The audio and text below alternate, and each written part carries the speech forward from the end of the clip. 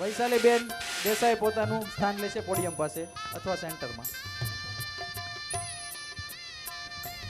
જય શ્રી કૃષ્ણ, જય સ્વામિનારાયણ.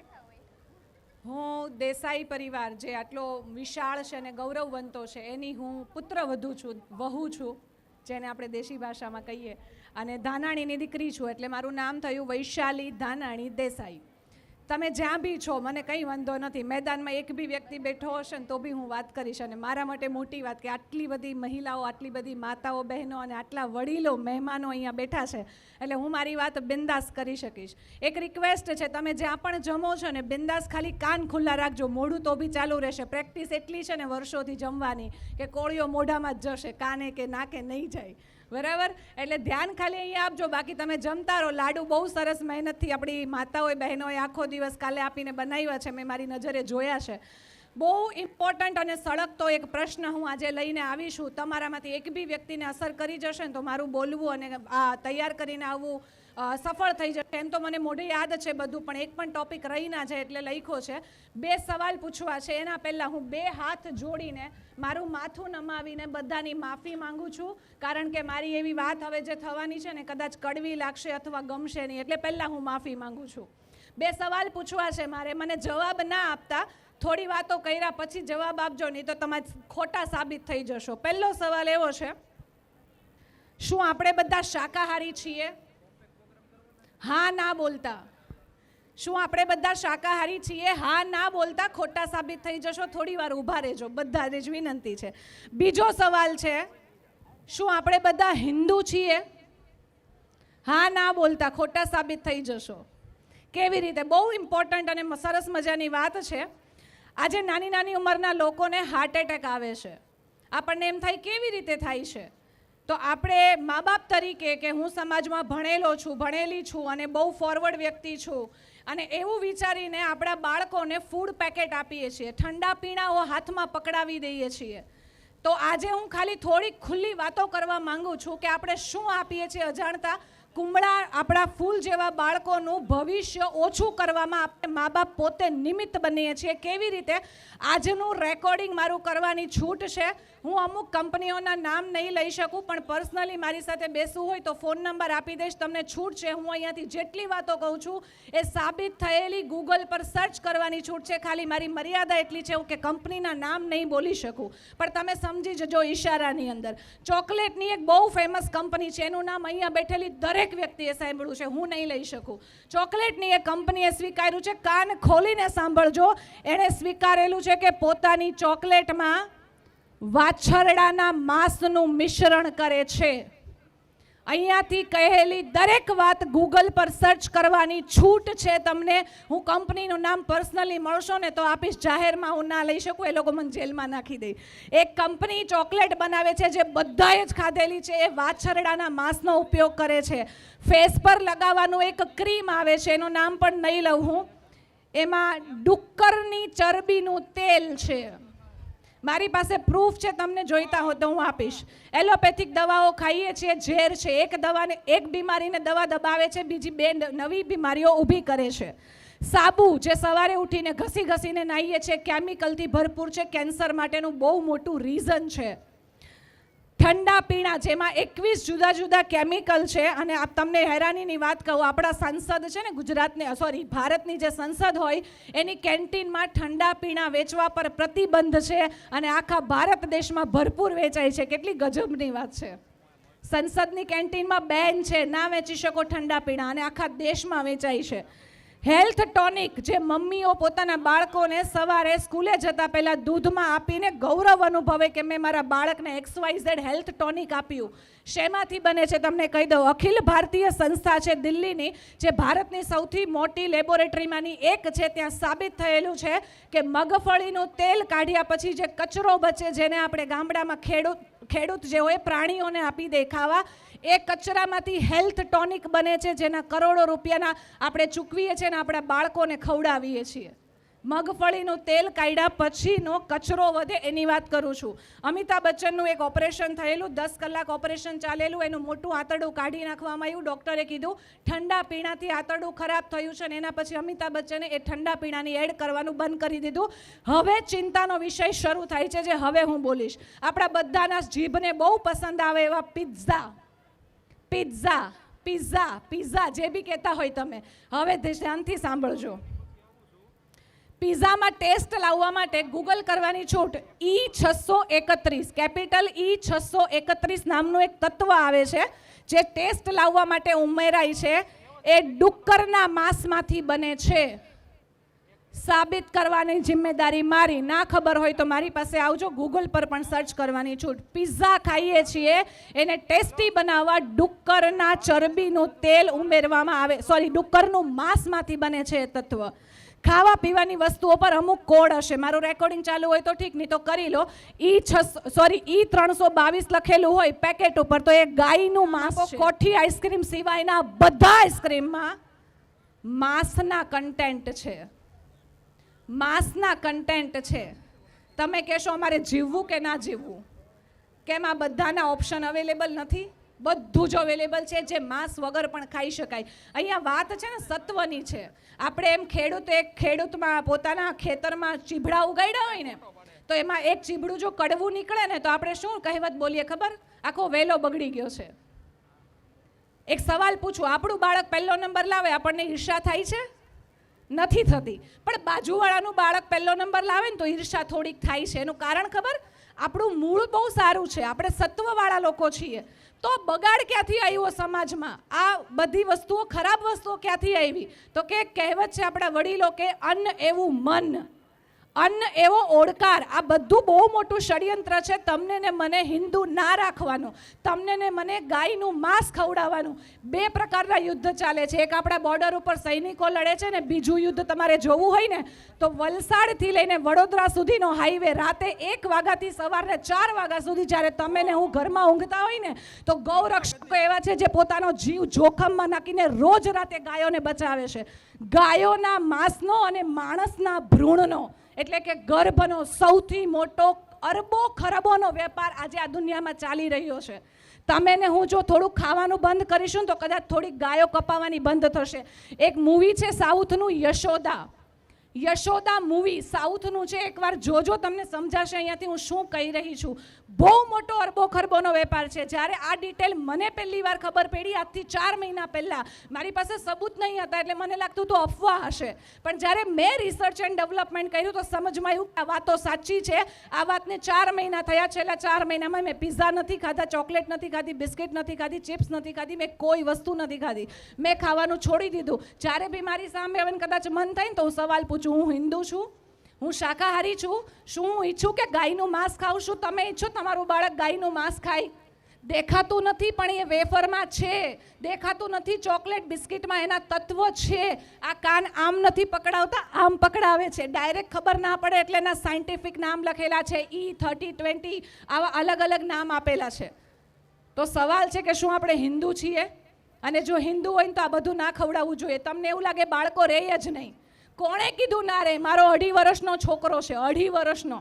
અહીંયા સામે અત્યારે લાવું તમે એને ચોકલેટ બિસ્કિટ ચિપ્સ બતાવશો એટલે એમ કહેશે છી નો. એણે ટેસ્ટ નથી કર્યું. ચોકલેટ, બિસ્કિટ, વેફર, ઠંડા પીણા, આઈસ્ક્રીમ. ઘરમાં 10 લોકો બેસીને આઈસ્ક્રીમ ખાતા હોય ને બાજુમાં ઊભો હશે એમ બોલશે છી આ બધા ગાંડા કહેવાય જે ખાય ને એવું એ બોલે છે. 2.5 વર્ષનો છે. એને મારા મોબાઈલનો ફોન લોક ખોલતા નથી આવડતો. મારા ઘરમાં ટીવી નથી. તમે કહેશો કેવી રીતે જીવાય? મારા ઘરમાં ફ્રીજ નથી. મેં બહુ બધી ફોરેન ટ્રીપ કરી છે, આખા ભારતમાં ફરી છું, ઇન્ડિપેન્ડન્ટ છું, પોતાના દમ પર ઘર લીધું છે, ગાડી લીધી છે, મારો બિઝનેસ કરું છું, 47 નંબરનો સ્ટોર મારો હતો, તમે વિઝિટ માટે આવ્યા હશો, ખબર હશે. પણ મારા ઘરમાં ફ્રીજ નથી, હું નથી વાપરતી. કાર્બન ડાયોક્સાઇડ શરીરમાંથી બહાર કાઢીએ છીએ, ઝેરી તત્વ છે, ઝેરી વાયુ છે, અને ફ્રીજમાં એ જ કાર્બન ડાયોક્સાઇડથી આપણી વસ્તુઓ ઠંડી થાય છે ને એને આપણે ખાઈએ છીએ. તમે કહેશો કેવી રીતે રહે વસ્તુ? આપણા બાપ દાદાઓ ફ્રીજ વગર વસ્તુઓ કેવી રીતે રાખતા? રહેતી ને, આજે પણ રહી છે, મારા ઘરમાં રહી છે. કહેવાનો મતલબ એટલો છે હંમેશા આપણી પાસે ચોઈસ હોય છે કરવું કે ના કરવું. આયુર્વેદા તરફ જઈએ, ઓર્ગેનિક વસ્તુ તરફ જઈએ. એક નાનકડો આંકડો કહીને વાત પૂરી કરીશ. ભારતના 135 કરોડ લોકોની આબાદી છે. બહુ ધ્યાનથી સમજજો. 135 કરોડની આબાદી છે. રોજના ખાલી 10% લોકો, કેટલા? 10% લોકો, 135માંથી 10% લોકો જો રોજનું ખાલી 10 રૂપિયાના ફ્રૂટનું જ્યુસ પીવે તો શું થાય ખબર છે? મહિનાના 3,900 કરોડ રૂપિયા દેશમાં જ રહેશે, બહાર નહીં જાય. મહિનાના કેટલા? 3,900 કરોડ રૂપિયા. અને એક બીજી તમને આંધળું અનુકરણ પશ્ચિમનું, જે ઠંડા પીણા આપણે ઝેર પીએ છીએ ને એનાથી શું થાય છે? રાઈટ નાવ રોજના 7,000 કરોડ રૂપિયા, મહિનાના નથી કહેતી, કેટલા કહું છું? રોજના 7,000 કરોડ રૂપિયા વિદેશી કંપનીઓ ઠંડા પીણાના નામે આપણને ઝેર પીવડાવીને આપણા દેશમાંથી લૂંટીને લઈ જાય છે. અગર આપણે શેરડીનો જ્યુસ પીશું, રસ, ફ્રૂટનો જ્યુસ પીશું, નારિયેળનું પાણી પીશું ને તો ખરબો રૂપિયા આપણા ખેડૂતોને મળશે, આત્મહત્યા નહીં કરે એ ઉપર આવશે ને ભારતના પૈસા ભારતમાં રહેશે. આ ખાલી તમારા દિલમાં સવાલ નાખવા માટે વાત છેડી હતી. બાકી મારો એક ફોન નંબર લખી લો. આ ટોપિકમાં તમને કંઈ બી ચર્ચા કરવી છે, તમે કહેતા હોય ને કે તમે કીધું એ ખોટું છે, આઈસ્ક્રીમમાં ના હોય ને આમાં ના હોય, મારો ફોન નંબર આપું છું, આવીને મારી પાસે બેસો. ઓપન ચેલેન્જ છે, જે મેં કીધું છે ને 100% સાચું ના નીકળે તો હું કહો ને હારી જવા તૈયાર છું. ફોન નંબર લખવો હોય તો લખી શકો છો, 8000 51 ફરીવાર બોલું છું, 8000 51 વૈશાલી મારું નામ છે. અને તમે કહેતા હોય કે આ બધું મારે છોડવું છે, કેવી રીતે, બીજું એને શું અપનાવું બદલામાં, એનું પણ સોલ્યુશન છે મારી પાસે. એની ટાઈમ કોલ કરો, કોઈ પણ પ્રકારની મદદ જોઈએ મળી જશે. મારા પરિવારના થકી હું ઉજળી છું, એમનો સપોર્ટ છે એટલા માટે અહીંયા ઊભી છું. ઇન્ડિપેન્ડન્ટલી મારા પરિવારને હેલ્પ કરું છું ને ખુદ પણ આગળ વધું છું.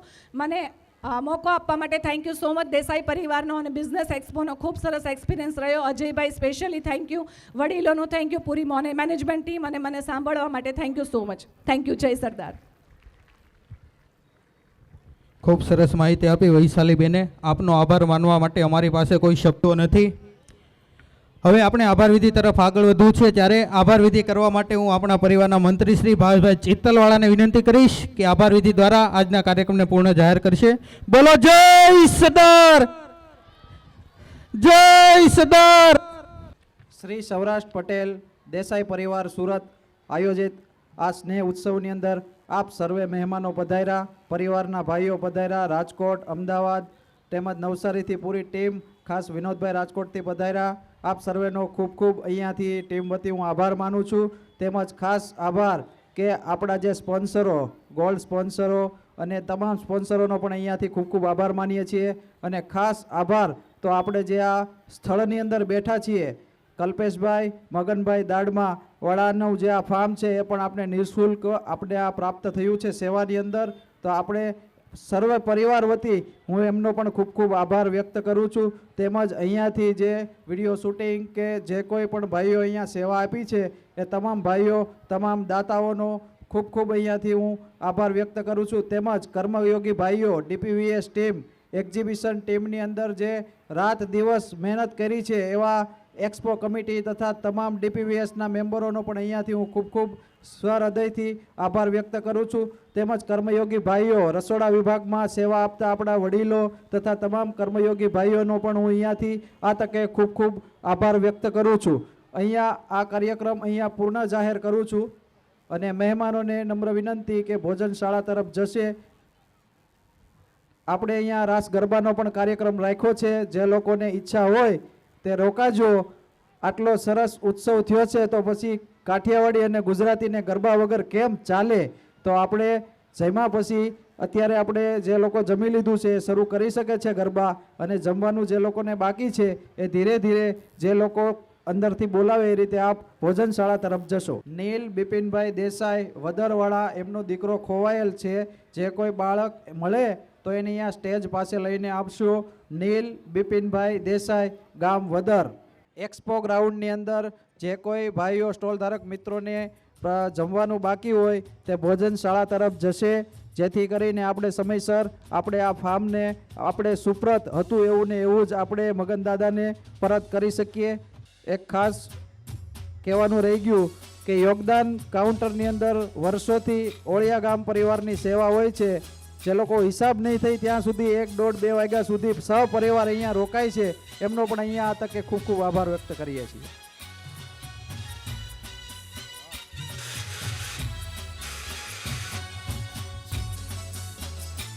આપણા જે ભોજનશાળાની અંદર આજના ફરાળની અંદર જે લોટ વપરાણો છે ફરાળી, એમના દાતા દક્ષાબેન નરેશભાઈ ઓળિયાવાળા તરફથી એ લોટના દાતા છે. એમને પણ આપણે ખૂબ ખૂબ તાળીઓથી વધાવીએ અને એમને જે લોટનું કામકાજ છે એ લોકો વેચે છે, તો એમનો નંબર પણ સત્વરે મેળવી અને શુદ્ધ અને હાઇજેનિક 100% ફરાળી લોટ એ લોકો વેચે છે, તો એમનો પણ સંપર્ક કરી આપ આપના વ્રતની ઉપવાસની અંદર ઉપયોગ કરી શકો છો.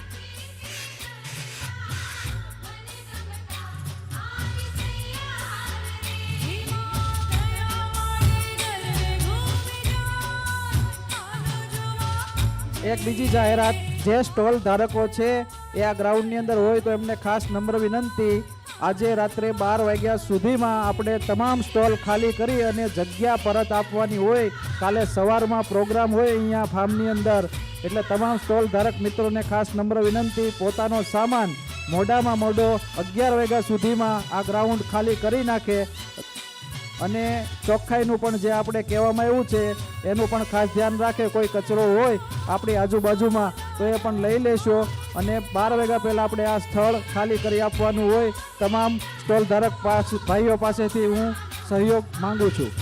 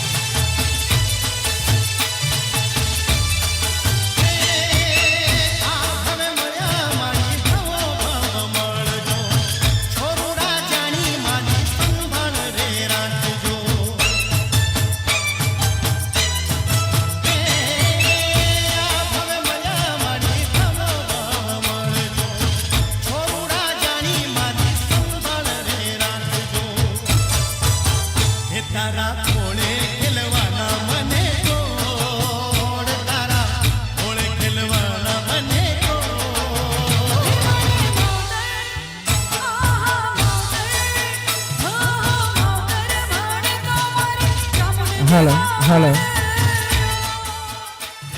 હાલો, કોઈને ચાવીનો જુડો મેળવ્યો હોય, બાઇકની ચાવીનો જુડો આખો ખોવાઈ ગયો છે, કોઈને મેળવ્યો હોય ને તો અહીંયા ડીજે પાસે ઝડપથી જમા કરાવી જો. ચાવીનો જુડો કોઈને મેળવ્યો હોય કોઈ પણ જગ્યાથી તો ઝડપથી આપણે આ ડીજે છે ત્યાં જમા કરાવી જો.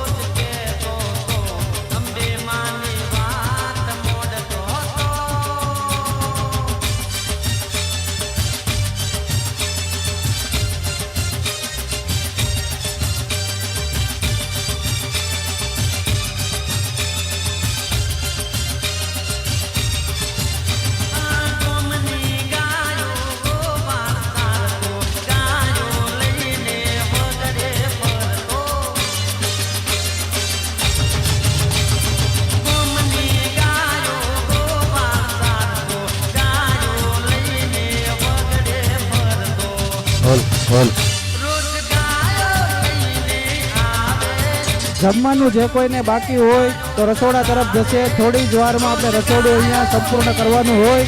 જમવાનું કોઈ પણ વ્યક્તિઓને સ્ટોલમાં કે ગ્રાઉન્ડની અંદર જમવાનું બાકી હોય તો ઝડપથી ભોજનશાળા તરફ જશે.